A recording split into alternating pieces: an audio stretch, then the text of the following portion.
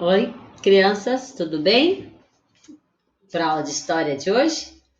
Vamos lá no livro Liga Mundo, na página 56 a 59. Um pouquinho mais hoje, tá? Mas tudo, vocês vão ver que é bem tranquilo.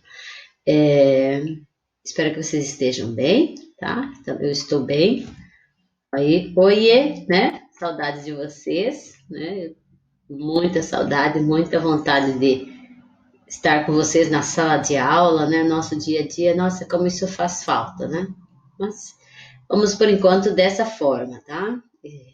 Semana passada nós não tivemos aula de história, porque era feriado, né? Então, essa semana, nossa aula de história e continuam nossas discussões a respeito do Brasil, ainda período Brasil colônia, não é isso? Né? Porque o Brasil pertencia a Portugal, né? E aí passamos depois para a independência do Brasil e hoje nós vamos conversar um pouco sobre a sociedade, né? A questão do cotidiano da escravidão no Brasil, o dia a dia da escravidão no Brasil.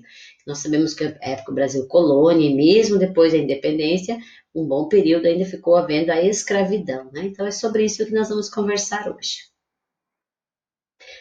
Nós vamos começar na página 56. Então diz assim, o cotidiano da escravidão no Brasil. O cotidiano é aquilo que fala do dia a dia, né? Jean-Baptiste Debré chegou ao Brasil em 1816 e aqui permaneceu até 1831. Debré era um dos integrantes da Missão Artística Francesa, que era um grupo de artistas e artesãos franceses que vieram ao Brasil a convite de D. João VI para fundar uma Academia de Belas Artes no Rio de Janeiro. Lembram que quando a família real chegou ao Brasil, que foram feitas grandes instituições, criadas bastante instituições no Brasil, uma delas, se vocês voltarem lá no livro, vocês vão lembrar que era essa Academia de Belas Artes do Rio de Janeiro, porque na época a capital do Brasil era Rio de Janeiro, né? E o Jean-Baptiste Debré ele fez inúmeras pinturas, porque na época não existia fotografia, então os registros históricos eram feitos em telas, né, que a gente chama em quadros, e ele representou diversos momentos da história do Brasil. E nós vimos lá na coroação de Dom Pedro como imperador, tem sempre que eu falando, ó, as imagens são de Debré, né, de Jean-Baptiste Debré, sempre a gente vem colocando porque ele ficou muito tempo, um período no Brasil e fazendo esses registros, essas pinturas que hoje valem para nós como os registros históricos, né. Então nós vamos analisar duas obras desse artista, tá? Elas estão lá no livro de vocês, tá? Na página 56. Esta primeira, lembra que eu falei para vocês que sempre ao lado das imagens tem uma explicação, né? Essa é uma imagem de um casamento de negros de uma casa rica, né, que foi pintada por Jean-Baptiste Debré em 1826. Ele tem aqui litografia colorida à mão e a técnica usada por ele. Bom, então vamos observar aqui, o casamento de negros, né, de pessoas negras, nós estamos falando do cotidiano da escravidão, do dia a dia da escravidão no Brasil, aqui é um casamento de negros, só que de uma família rica, né, os negros aqui não são os ricos, eles são escravos de uma família rica, tá? Essa é a diferença. Só que eles, né, fazem o casamento, né, então veja que as pessoas provavelmente deixaram, né, fizeram com que eles se vestissem bem para o casamento, aqui duas pessoas se casando, e veja que aqui temos um padre, né? Nós sabemos que os africanos, quando eles vieram da África, eles não eram católicos, né? Não eram cristãos nem católicos, eles tinham outras religiões. Mas quando chegaram aqui, eles não podiam cultuar os seus deuses, né? Eles tiveram que assumir a Igreja Católica. Tem bastante questões por isso, vocês vão ir ao longo dos anos verificar que eles acharam maneiras ainda de cultuar os deuses deles de forma escondida. Mas veja que aqui eles assumem um casamento católico-cristãos, né? Então eles, por conta da família com que eles eram, né? Que eles eram escravos, eles acabaram tendo um casamento cristão, né? Aqui um casamento igual à Igreja Católica, né? Que o cristianismo faz, tá? Então, a primeira imagem. Aqui a segunda imagem é um cortejo fúnebre de criança negra. Cortejo fúnebre é sinal de que a criança morreu, né? E essa criança está sendo velada, né? e vai ser enterrada, também é uma representação de Debré de 1826. Veja que aqui eles já por mais que eles vivessem já nas questões do cristianismo, eles fazem todo um ritual de enterro bem característico deles, né? Eles usam ainda aqui a própria cultura deles, né? De colocar, em vez de caixões fechados que nós temos, aberto, ó, desse outro jeito aqui, tá? É uma cerimônia fúnebre, né? De enterro. Então, são essas duas imagens que estão aqui no livro de vocês para analisar. Aí na página 57 diz assim: Debré viajou pelo Brasil e registrou em suas obras as paisagens do país e o cotidiano dos seus habitantes. Então, Debré fez ficou esses anos, ele ficou viajando pelo nosso país, né, que existia de Brasil na época, né, e ficou pintando, né, diferentes momentos, né, paisagens, diferentes momentos do dia a dia dos habitantes do Brasil. Por isso que nós temos esses registros, né, que hoje acabaram sendo fontes históricas para nós, né, para conhecermos um pouco a época, né, os hábitos, os costumes das pessoas. Então, o artista, ele deu atenção especial à diversidade da cultura afro-brasileira que encontrou no Brasil. Essa diversidade da cultura afro-brasileira é essa mistura da cultura africana com a do Brasil, que a gente sabe que houve essa mistura, né? Houve tanto a mistura de raças, como também a mistura de culturas. E é isso que o Debré gostava muito de representar. Os africanos, né, trouxeram consigo tradições e costumes religiosos do seu continente, da África, que se fundiram, que se misturaram com alguns costumes dos europeus que viviam aqui no Brasil.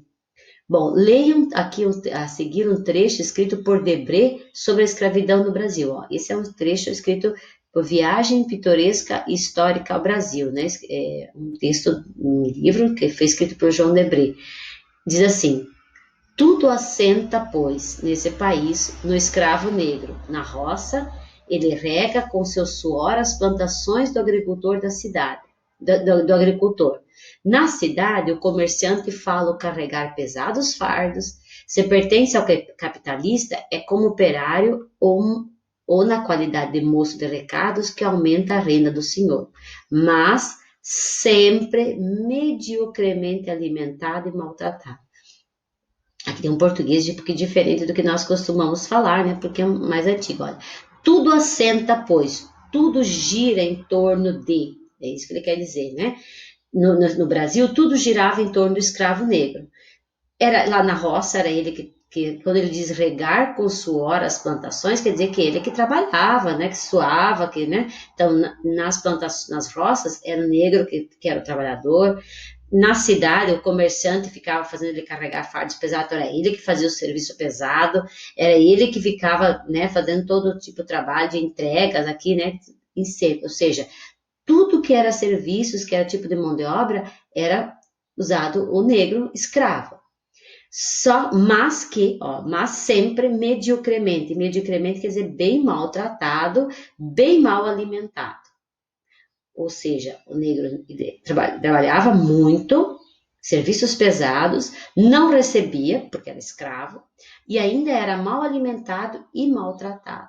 Veja que, às vezes, a gente olha a obra, né, dele e fala, nossa, o casamento, até os negros estão bem bonitinhos, bem ajeitadinhos, né, lá no cortejo fúnebre, dá para a impressão de que eles estão bem. O próprio Debré pinta umas cenas do cotidiano, que ele quer mostrar algumas situações, mas, por mesmo tempo, ele escreve e fala, não, gente, não era fácil a vida deles. Aí, lá na página 57, tem no livro mesmo para vocês fazerem a atividade 1. Aí diz assim, as obras de Debré são importantes fontes históricas e fazem parte da nossa memória cultural, eu já falei para vocês. A partir das representações do cotidiano dos escravizados no Brasil, feitas por Debré, podemos aprender um pouco sobre aspectos da cultura afro-brasileira no período imperial. Agora já estamos falando do Brasil Império, né, quando já é proclamada a independência e já é um império. Responda às questões. Aí essas duas questões vocês vão observar as imagens, as duas que eu mostrei para vocês que estão na página 56. Quais costumes foram retratados nas obras reproduzidas na página anterior? Lembra, tem dois costumes, né? Um é o casamento e o outro é o cortejo fúnebre, né? São duas cenas cotidianas, costumeiras, que aconteciam e ainda acontecem, apesar que às vezes com rituais diferentes, mas são essas cenas que foram retratadas nessas duas telas. B. Cite a obra que retrata um costume africano e a que retrata um costume europeu. Justifique sua resposta. Olha, a primeira obra, lá do casamento, ele é um costume europeu. Lembra que eu falei para vocês? Casamento cristão com padres é um costume europeu. Os africanos tinham outros costumes, então aí representa um costume europeu. Já no quadro número 2, no cortejo fúnebre, a maneira com que eles estão conduzindo o enterro é bem na cultura africana, tá? Então representa um costume africano, né? Eu já havia comentado com vocês na obra, né? Então só para vocês organizarem a resposta de vocês. A atividade 2 e 3, crianças, que ela pede para fazer pesquisas em livros, anotar e tal, vocês ignorem. Então, quando eu tenho o X aqui, significa que vocês não precisam fazer essas duas atividades, tá bom? Então, atividade 2 e 3, ignore.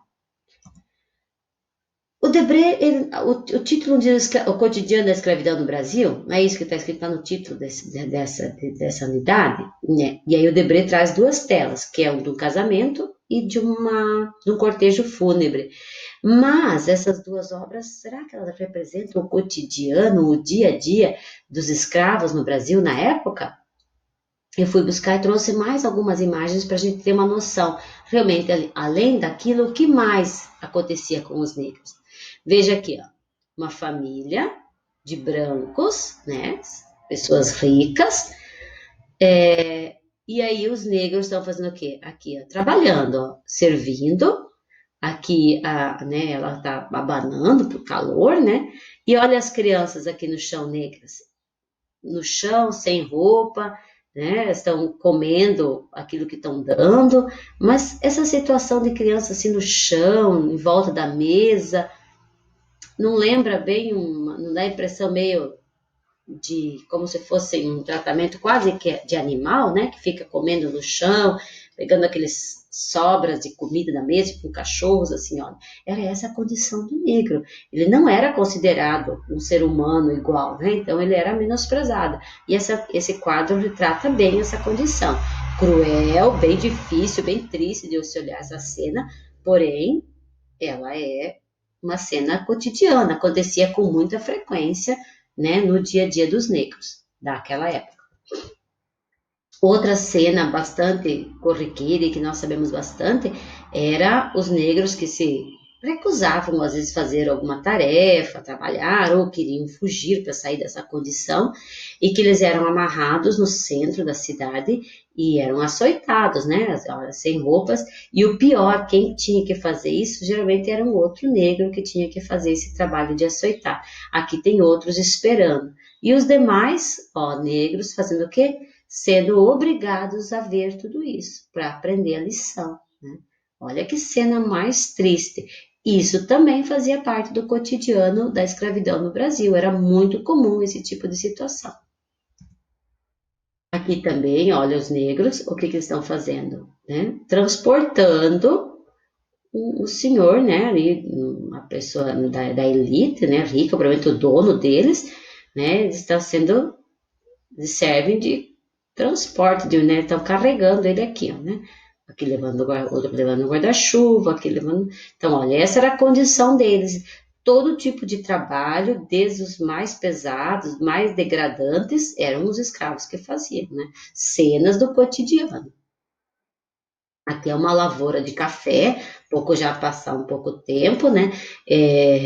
O Brasil, como no São Paulo, principalmente começou a plantar muito café. Quem é que trabalhava? Qual era a mão de obra que colhia esse café? Eram os negros, olha aqui a situação deles, né? Fazendo sua comida aqui na roça, olha, né? A situação bem descalços, né? Difícil, um trabalho árduo. Pior, sem receber. Lembra, não sei se vocês já assistiram a aula de geografia, quando fala lá dos trabalhadores da cana-de-açúcar, que é um trabalho pesado, um trabalho árduo, porém, eles têm carteira assinada e recebem ao final do mês. Por mais que não recebam tanto, mas ainda assim recebem. Aqui não, eles trabalham pesados, ganham pouca comida e não são pagos. Tá? Essa imagem nós já usamos, inclusive, numa aula também de história, já apareceu nesse livro, que é a questão dos negros trabalhando nos engenhos de cana-de-açúcar. Também na aula de geografia nós vamos falar da cana-de-açúcar, né, que no Paraná nós plantamos, né, e tem todo o texto que vocês vão assistirão a aula de geografia, eu vou falar da cana-de-açúcar, mas olha aqui, ó, na época, quando começou o Brasil, tem uma tradição do plantio de cana-de-açúcar desde lá do Brasil colônia, né, e aí a cana-de-açúcar passava aqui por esses moinhos, né, levava pelos bois, mas quem é que estava fazendo todo o trabalho árduo? Os negros escravos. Aqui há outro trabalho, ficavam serrando, né, cortando, fazendo trabalho de construção, mas na época não tinha muito equipamento, então trabalhos pesados, árduos, né, esse era o cotidiano dos negros no Brasil, tá? Essas imagens que eu trouxe para vocês não estão no livro, tá? A professora trouxe além para mostrar né, que por mais que o livro trouxe duas imagens para representar a questão da cultura, que eles estavam, né, um pouco dos negros africanos no Brasil, mas o cotidiano deles era muito mais difícil do que representado naquelas duas telas, por isso que a prof trouxe outras aqui para pensar. Bom, continuando, lá na página 58 e 59, tem atividades de retomar todo o capítulo, porque nós vamos encerrar esse capítulo, né, agora. Tá? Nós vamos entrar encerrando o capítulo 3, vamos entrar para o capítulo 4, e é uma retomada de tudo que nós vimos. E aqui diz assim, atividade 1, complete a linha do tempo a seguir com acontecimentos listados abaixo em ordem cronológica. Daí ele diz assim, tem o acontecimento A, proclamação da independência do Brasil. Que ano que aconteceu? Acontecimento B, né? Dom João VI retorna a Portugal por causa da Revolução do Porto. Que ano que aconteceu? Lembra? A C, instalação da corte portuguesa no Brasil e abertura dos portos às nações antigas. Que ano que aconteceu? A D, Dom Pedro outorga a primeira Constituição do Brasil. Lembra quando nós vimos essa aula da Constituição? Que ano que foi? Diante das ameaças da França, Dom João decide transferir a corte portuguesa para o Brasil. Lembra quando, né, veio a corte de Portugal para cá? E aí, deixa eu só sair essa... Mexer aqui para sair esse...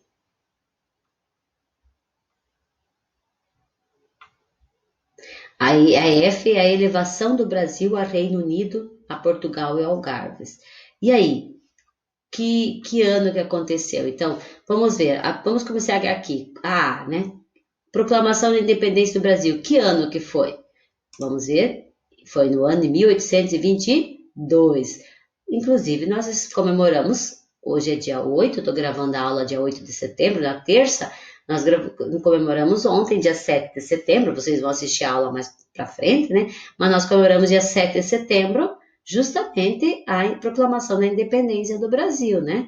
E só que ela aconteceu lá em 1822. B. Que ano que Dom João VI retorna a Portugal por causa da Revolução dos Portos? Que ano que ele volta? Em 1821. Lembra que ele retorna para Portugal e deixa Dom Pedro aqui. E um ano depois, Dom Pedro proclama a independência. C. Em que ano que a instalação da corte portuguesa no Brasil e a abertura dos ocorreu a instalação da corte portuguesa no Brasil e a abertura dos portos a nações amigas? Que ano que aconteceu isso? Em 1808. Lembra que foi o ano que eles vieram para cá, né? Chegaram, saíram antes, mas chegaram aqui em 1808. E nesse ano, então, houve toda essa instalação e mudanças, né? E benfeitorias para o Brasil. A D. Dom Pedro outorga a primeira Constituição do Brasil. Que ano que foi isso que aconteceu a primeira Constituição? Em 1824. A proclamação da independência foi em 1822 e em 1824, 2 anos depois, que aconteceu a primeira Constituição brasileira. E Diante das ameaças da França, D. João decide transferir a corte portuguesa para o Brasil. Que ano foi isso? Em 1807. Lembra que eles saem lá em novembro e chegam aqui só novembro, dezembro, janeiro, né? Final de janeiro, março, para que eles levou tempo eles virem, né? E o ano que houve a elevação do Brasil a Reino Unido e Algarves foi em 1815, tá? Aí já que estava toda a corte aqui, né? Aí foi levado ao Brasil a condição de Reino Unido a Portugal. Muito bem. Então essa aqui a prof já ajudou vocês a fazerem.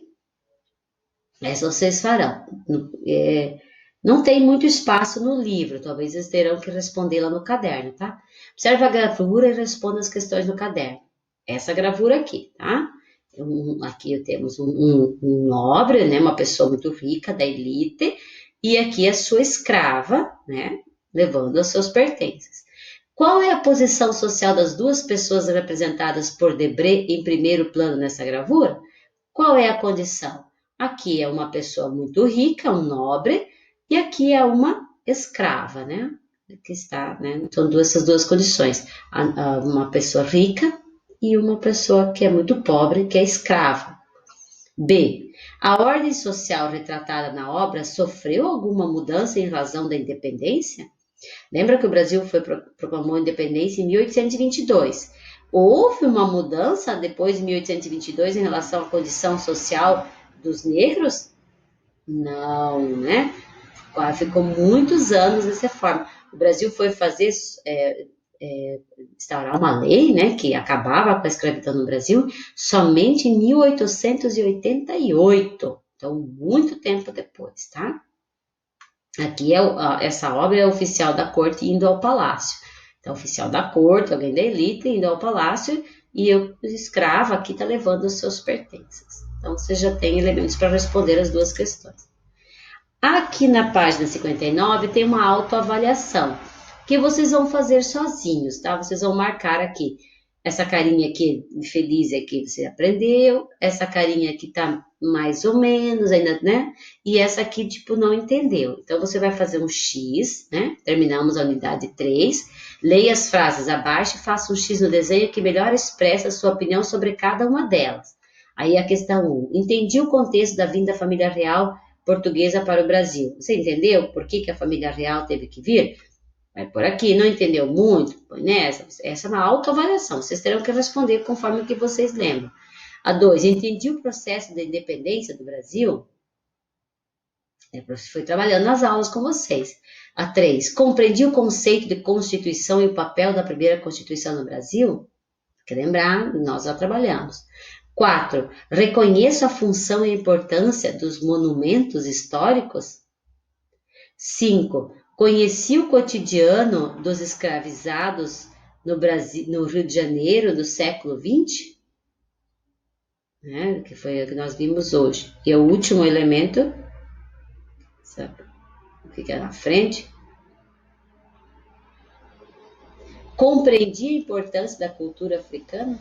Tá? Então, vocês vão verificar se vocês compreenderam, o que vocês compreenderam, marco nessa coluna, o X, o que não compreenderam nessa, e o que ficou mais ou menos e o que não compreenderam nessa. Isso é uma questão de vocês farão conforme uma autoavaliação, tá?